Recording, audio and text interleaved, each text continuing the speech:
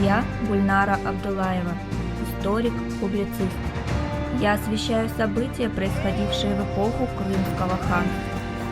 Моя цель – показать настоящее прошлое крымских татар. Пробивая себе путь к трону, Девлет-Герай устранил двух своих соперников – Саадета и Сафу-Гераев, но трон все же уступил отцу, которому и стал надежной опорой. Селим-Герай, видя в сыне потенциального управленца, отказался от трона в пользу своего сына Девлета.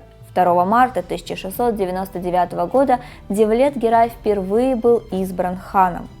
По словам хронистов, хан был хорошо сложен, имел привлекательную внешность, проницательный взгляд и правильные черты лица. Он пользовался любовью своего народа, свободу которого неоднократно отстаивал с саблей в руках. О веселом нраве и общительности хана Девлета-Герая писал в 1710 году и шведский король Карл XII. Хан разговорчивый и сведущий буквально во всем. Многие путешественники отмечали живой интеллект, доброжелательность, доступность, то есть контактность хана. А английский посол в Стамбуле Роберт Сеттон вспоминал Девлета-Герая как человека весьма предприимчивого, смелого и обладавшего неугомонным темпераментом. Но, к сожалению, первое ханство Девлета-Герая было омрачнено его сложными отношениями с братьями. Калгаш Базгерай открыто выразил свое недовольство и в знак протеста отбыл в Черкесию. Другой же брат Нуридин Гази-Герай, в недавнем прошлом Сираскир Буджака, стал инициатором крупного восстания нагайцев. Мятеж был подавлен, но добрые отношения между братьями восстановиться так и не смогли. А между тем не столько нагайцы тревожили нового хана Девлета-Герая II, как русские, которые, вопреки условиям последнего мирного договора, упорно продолжали продвигаться вдоль границ ханства. Османский султан не поверил предупреждениям хана и даже больше. В 1700 году заключил с русскими мир. Этот мир с Османской империей обеспечил нейтралитет и дал русскому царству возможность начать Северную войну со Швецией. 26 декабря 1702 года Девлета-Герая сменил на ханском престоле его отец Селим-Герай, которого в 4-й раз призвала к власти крымская бейская верхушка.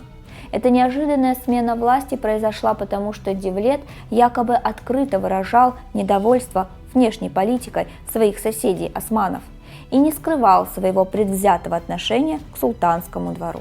Распространился слух, что якобы Девлет-Герай высказался, будто администрация Порты оказывает помощь врагам веры, а к народу крымско-татарскому не испытывает ничего, кроме ненависти и презрения. Говорил ли так Девлет-Герай или нет, неизвестно, но он явно не был сторонником последнего мира.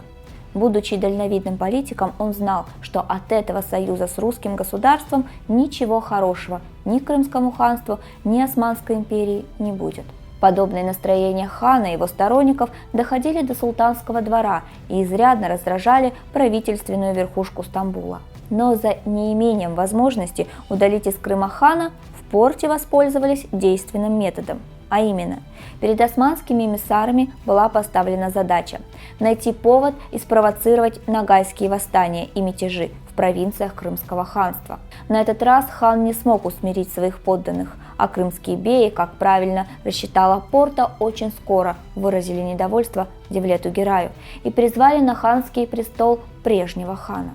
Так закончилось первое правление Девлета-Герая II.